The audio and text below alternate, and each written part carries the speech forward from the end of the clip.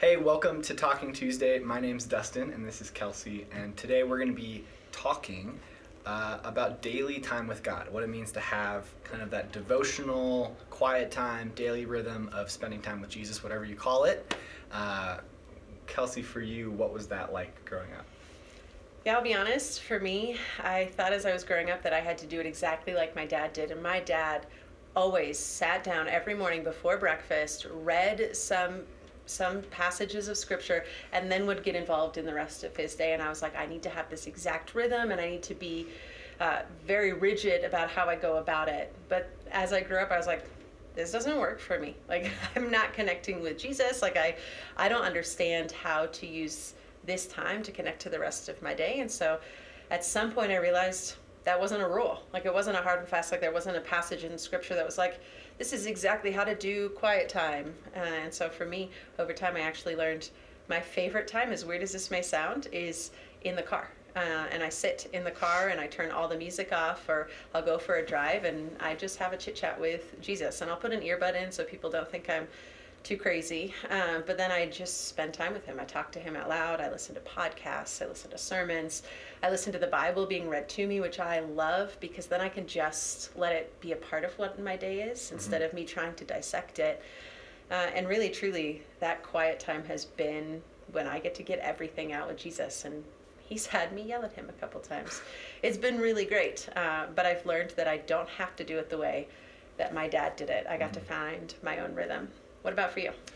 I think for me, I didn't have as clear of an example of what it looked like growing up, but it took me some time of just trying different things to figure out what worked for me. Talking out loud is great. So sometimes that's in the car. For the most part, my rhythm is journaling. I'll read a little bit of scripture, journal about it a little bit. Like, the way I journal is sort of just always a prayer. Like, I just imagine that I'm talking to God. And so for me, that looks like praying about things that are going on in my life, or praying for other people, or whatever happens to come up that day. Just writing it out. Sometimes it's a paragraph, sometimes it's 3 pages. It just depends on what's going on. That's awesome. I can't journal for anything, so No. I always admire people that can journal. It's just not how God and I have connected. What are some other ways you've tried? Well, I think it's good to recognize that, like you said, not everyone is wired the same way. So for me, journaling's great. Somebody else might go, that's such a chore. Like, I don't want to do that.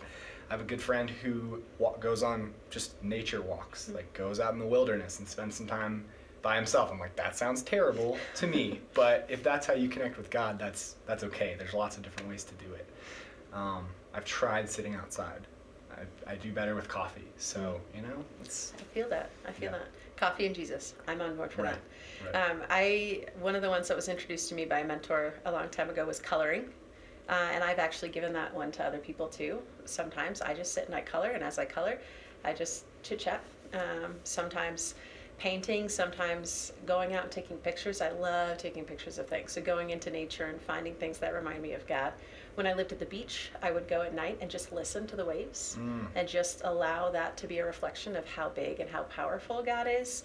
And then we'd have a conversation because no one else is there, partially because you're not supposed to be there in evening hours, but it worked out okay. But it's fun to kind of process through different ways to try things. Yeah.